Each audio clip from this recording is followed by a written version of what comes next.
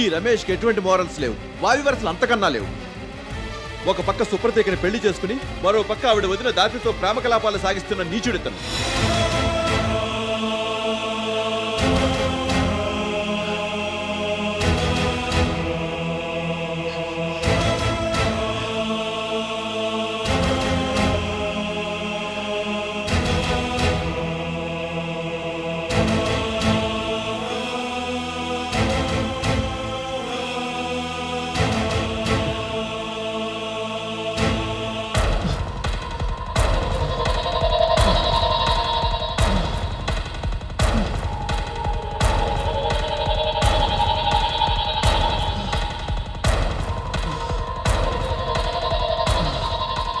ధాత్రి గారి విషయంలో తప్పు ఎవరైతే చేశారో వాళ్లే మీ దగ్గరకు వచ్చి క్షమాపణలు చెప్పే ఏర్పాట్లు చేయించాను.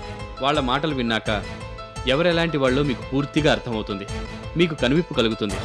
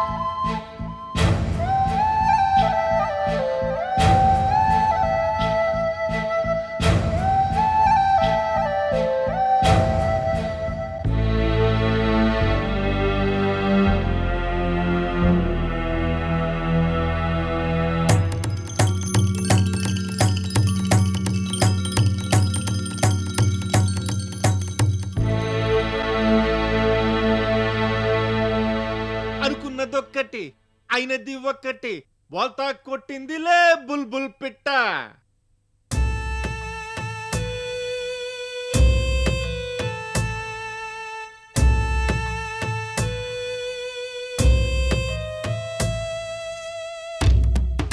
అయ్యయ్యో ఏంటి రత్నం అంత బాధపడిపోతున్నావు? నువ్వు అలా ఉంటే నా మనసుకి ఎంత కష్టం కలుగుతుందో తెలుసా? ఏ రత్నం లేచి కాస్త మూడు మార్చుకో. నువ్వు అలా ఉంటే నా గతేం కాను, నా సంగతి ఎవరు చూసుకుంటారు? లేచి వెళ్ళి కాఫీ కలుపుకురా.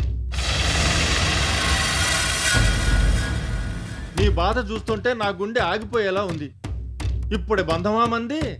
ఎన్నెన్నో జన్మల బంధం నీది నాది, ఎన్నటికీ మాయని మమత నాది నీది.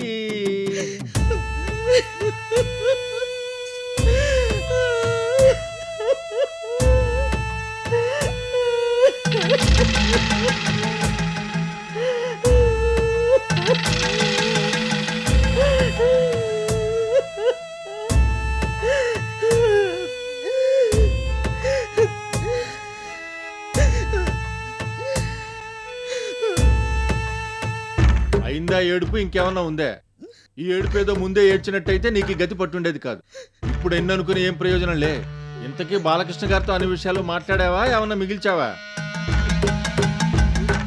ఈ దొంగేడుపులు ఏడుస్తూ కూర్చుంటే నేను నీ మీద జాలి పడతాను అనుకోవద్దు. సుధీర్ బాబుకి బాలకృష్ణ గారికి నువ్వు అన్ని నిజాలు చెప్పేదాకా నేను వదిలిపెట్టను. కాదంటే తెలుసుగా, మళ్ళీ శవాన్ని తీసుకొస్తాను, పోలీసులకు ఫోన్ కొడతాను. ఆ తర్వాత నీ ఇష్టం. బాబు మీకో దండం. మీరు చెప్పమన్నదల్లా చెప్పాను, ఏది వదిలిపెట్టలేదు. మొట్టమొదటి నుంచి నేను చేసిన పనులని పూసగుచ్చినట్టు చెప్పుకుంటూ వచ్చాను. ఎవడి కోసం చెబుతావులే, నీ కోసమేగా. ఏదో పెద్ద దేశ సేవ చేసినట్టు దేభ్యమోహం వేసుకుని చూస్తావే. అయినా నువ్వు చెప్పబోతే నేను ఊరుకుంటానే ఏంటి? ఏదో మాట వరుసగా అడిగాను. నువ్వు బాలకృష్ణ గారితో మాట్లాడుతున్నంతసేపు నేను గడప బయటే నిలబడున్నానులే. లేకపోతే నిన్నెవడు నమ్మొచ్చాడు? మొత్తానికి అన్నమాట నిలబెట్టుకున్నావు, పురి తప్పించుకున్నావు. గట్టి పిండానివే.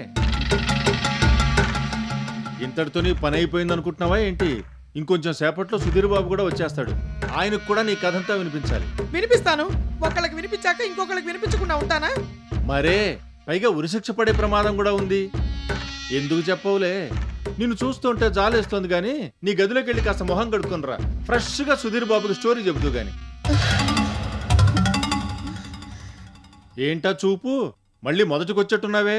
తీసుకురానా శవాన్ని? అదే అలా ఉండాలి. వెళ్ళు, వెళ్ళి మొహం కడుక్కురా. అలాగే ఏడ్చి ఏడ్చి గొంతంతా పోగొట్టుకున్నట్టున్నావు. ఓ శ్రీసాడు మంచినీళ్ళు కూడా తాగిరా. అర్థమైందా? అర్థమైంది, అర్థమైంది. మరి ఇళ్ళు ఇంకా ఇక్కడే నుంచున్నావే.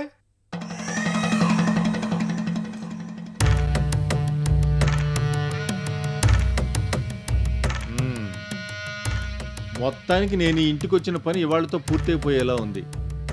ఒక ఆయనకి జ్ఞానోదయం అయింది, రెండో ఆయనకు కూడా బుద్ధి వికసిస్తే ఇక నేను ఇక్కడి నుంచి బయటపడొచ్చు.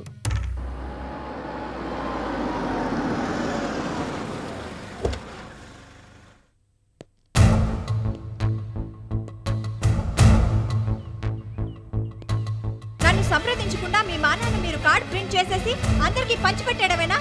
ఇదేనా మీ సంస్కారం? నా ఫోటో ప్రింట్ చేసి పెళ్లి కార్డు తయారు చేయడం తప్పు కాదా? అసలైనా ఎవరిని అడిగినంతా చేశారు? మీకు నా మీద ఏం హక్కు ఉందని చొరవ తీసుకున్నారు? నేనేం తప్పు చేశానని శిక్ష విధించారు? మీకు సమత గారికి మధ్య ఉన్న అపార్థాన్ని తొలగించి మిమ్మల్ని ఇద్దరిని ఒకటి చేయాలనుకోవడం తప్ప?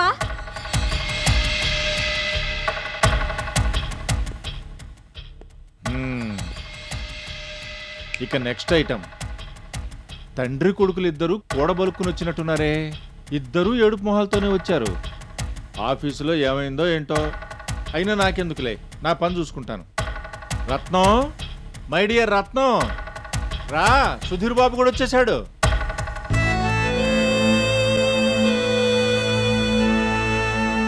రత్నం, ఏంటి రత్నం, ఏం చేస్తున్నావు? సుధీర్ బాబు కూడా వచ్చేసాడు. త్వరగా ఆయన గదిలోకి వెళ్ళి నేను చెప్పిన పని చెయ్యి.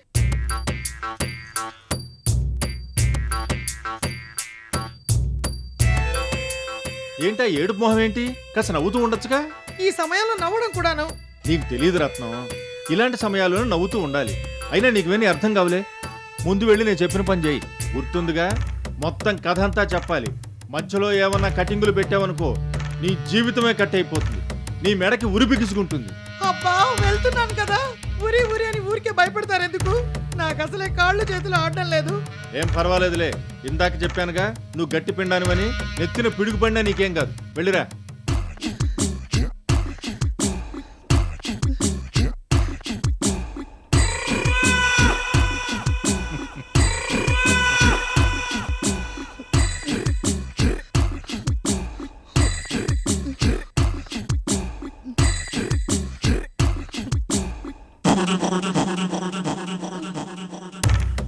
ఏంటి ఆగిపోయావు? మళ్ళీ మనసు మార్చుకున్నావా? అలా కుదరదు. చెప్పే కదా, మహాలక్ష్మి శవం పక్కనే ఉంది, పిలిస్తే పలుకుతుంది. ఆ తర్వాత పోలీసులు రావడం, నిన్ను అరెస్ట్ చేయడం, జైల్లో పెట్టడం, నువ్వు ఊచలు లెక్క పెట్టుకోవడం, ఆ తర్వాత ఊరి. ఓరి దేవుడో, ఆ ఊరేమో గాని ఆ పేరుతో మీరు నన్ను క్షణ క్షణం ఊరి తీస్తున్నారు. నేను ఆ పని చేసినా తప్పులేదు. నువ్వు చేసిన పాపాలు అలాంటివి. వెళ్ళు వెళ్ళు, త్వరగా ఆ గదిలోకి వెళ్ళి నేను చెప్పినట్టు చేయి. టైం వేస్ట్ చేయొద్దు.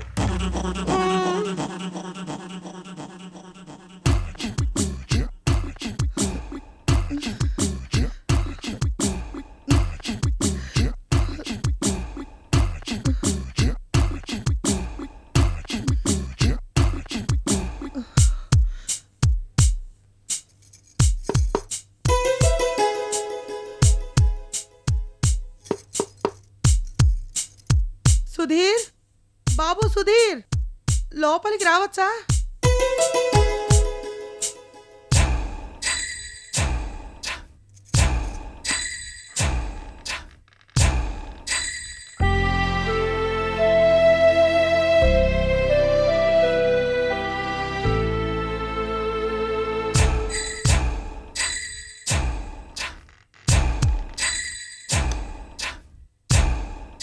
బాబు సుధీర్, మీరా? నాకు ఇవాళ అస్సలు మూడు బాలేదు. నా బుర్ర తినద్దు. ప్లీజ్ నన్ను వదిలిపెట్టండి. అది కాదు బాబు, నీతో అత్యవసరంగా మాట్లాడాలి. తప్పదు.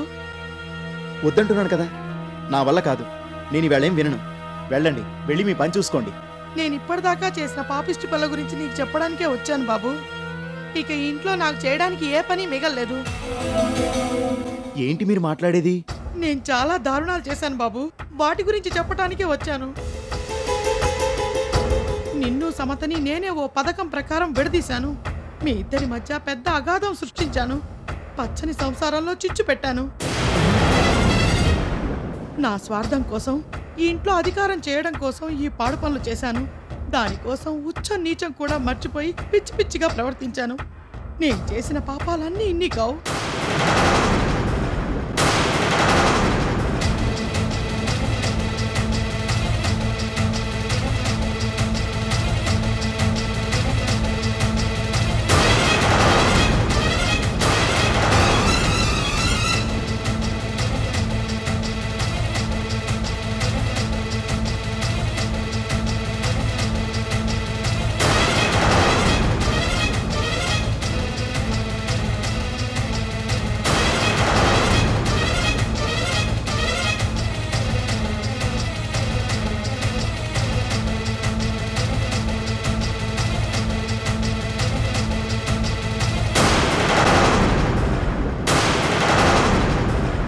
అందరికీ మనశ్శాంతి లేకుండా చేశాను.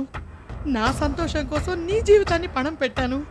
అన్యాయంగా అమాయకురాలైన సమత పైన లేనిపోని నిందలన్నీ వేసి నీ మనసు పాడు చేశాను. నేను చెప్పినవన్నీ అబద్ధాలే.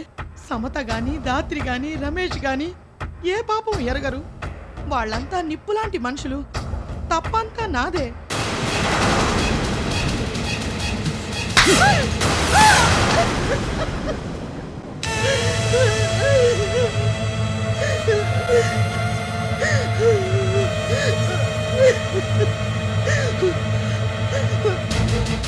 You cheat, you scoundrel, you rogue! ఇంత పని చేస్తావా? నా జీవితంలో సుఖం అనేది లేకుండా చేస్తావా? నేను నీకేమన్యాయం చేశాను? ఎందుకు నా జీవితంతో ఇలా ఆటలాడుకున్నా? నిన్నేం చేసినా పాపం లేదు. నిన్ను వదిలిపెట్టను. నీ గొంతు పిసికి చంపేస్తాను. కాదు, అలా చేస్తే ఏ బాధ లేకుండా చేస్తాను. నిన్ను చిత్రహింసల పాలు చేసి పొడిచి పొడిచి చంపాలి. నిన్ను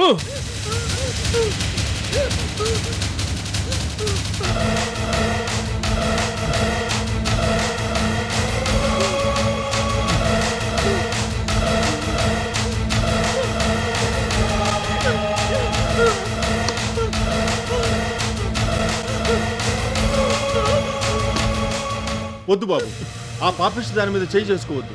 తను చేసిన ప్రతి తప్పుని పదే పదే తలుచుకొని ఈవిడి గారు జీవితాంతం కుమిలిపోవాలి, కుళ్ళి కుళ్ళి చావాలి. అందుకోసమైనా బతికే ఉండాలి. వద్దు, ఆవిడ మీద చేయి చేసుకొని నువ్వు తప్పు చేయొద్దు. నీ గౌరవానికి, హోదాకి భంగం కలిగే విధంగా ప్రవర్తించొద్దు. నా మాట విను. ఈ రత్నమాలతో ఈ నిజాలన్నీ చెప్పించడానికే నేను ఇక్కడికి వచ్చాను. నిజానికి ఈవిడి గారు నాకేం కాదు. ఇదంతా ఓ పెద్ద డ్రామా. మీ ఇద్దరికి కనువిప్పు కలిగించడానికి రమేష్ గారు ఆడించిన నాటకం. అవును బాబు, ఇదంతా రమేష్ గారు చేయించారు. ఆయన చెప్తేనే నేను ఇక్కడికి వచ్చాను. నేను మహాలక్ష్మి ఎప్పటికప్పుడు ఆయన సంప్రదిస్తూ ఈ డ్రామాను నడిపించాం. రా బాబు, మీ నాన్నగారి గదిలోకి వెళ్దాం పద. అక్కడ నీకన్నీ వివరంగా చెప్తాను. మీరు నేను రత్నమాలకేమీ కాను, రౌడీని కూడా కాను. ఇదంతా ఒక పెద్ద నాటకం. రా, నాతో పాటు రా, నీకన్నీ చెప్తాను.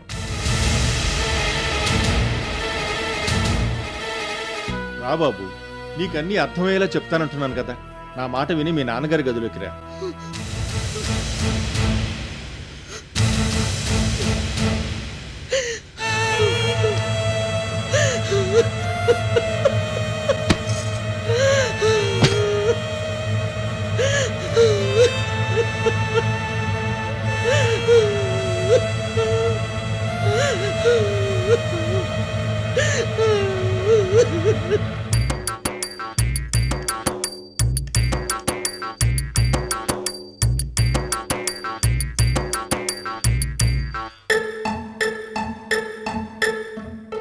చాలాసేపు అవుతోంది. బయట పని పూర్తయిపోయి ఉంటుంది. ఇంకెంతసేపు నీ వంటగదిలో ఉండను? ఓసారి పని అయిపోయిందో లేదో కనుక్కుంటాను.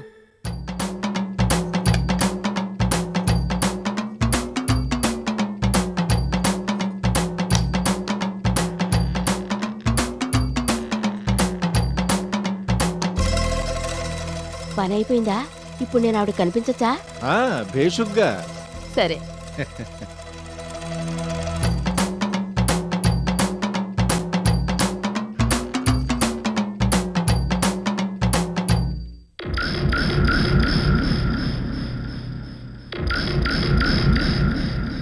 ఏది ఈవిడ గారు? కొంపదీసి అప్పుడే ఉడాయించేసిందా ఏంటి? నాకు తెలిసినంత త్వరగా వెళ్ళిపోదే.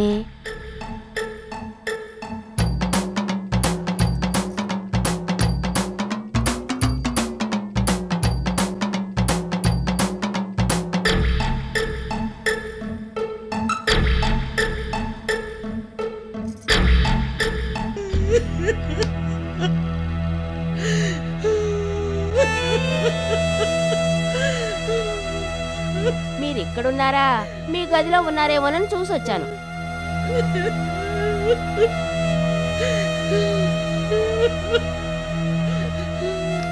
అయినా ఏం కొంపలు మునిగిపోయాయనమ్మా అలా ఏడుస్తున్నారు?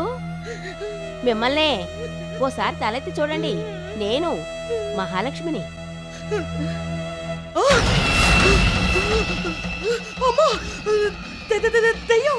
నేనేనమ్మా. దెయ్యం లేదు, పాడు లేదు. సరిగ్గా చూడండి. దూరం. నేను నిన్ను చెప్పలేదు. ఆ ఉప్మాలో నేనేం కలపలేదు. నా మాట నమ్మ మహాలక్ష్మి. నన్నేం చెయ్యొద్దు. నేను మిమ్మల్ని ఏం చేస్తానమ్మా? మిమ్మల్ని ఎవరు మాత్రం ఏం చేయగలరు? అయినా మీకన్నా పెద్ద పిశాచం దెయ్యం ఇంకేం ఉంటుంది? నన్నేం చెయ్యొద్దు. నా దగ్గరికి రావద్దు. అయ్యో పిచ్చమ్మ, ఎలాంటి మనిషి మీరు? ఇప్పుడేంటి ఇలా అయిపోయారు? నేనమ్మా మహాలక్ష్మిని. నేనసలు చచ్చిపోతే కదా దెయ్యం అవడానికి. ఇదంతా రంగడయ్య గారు ఆడించిన నాటకం. మీ చేత నిజాలన్నీ చెప్పించడానికి నేను ఆయన కలిసి ఇదంతా చేశాం.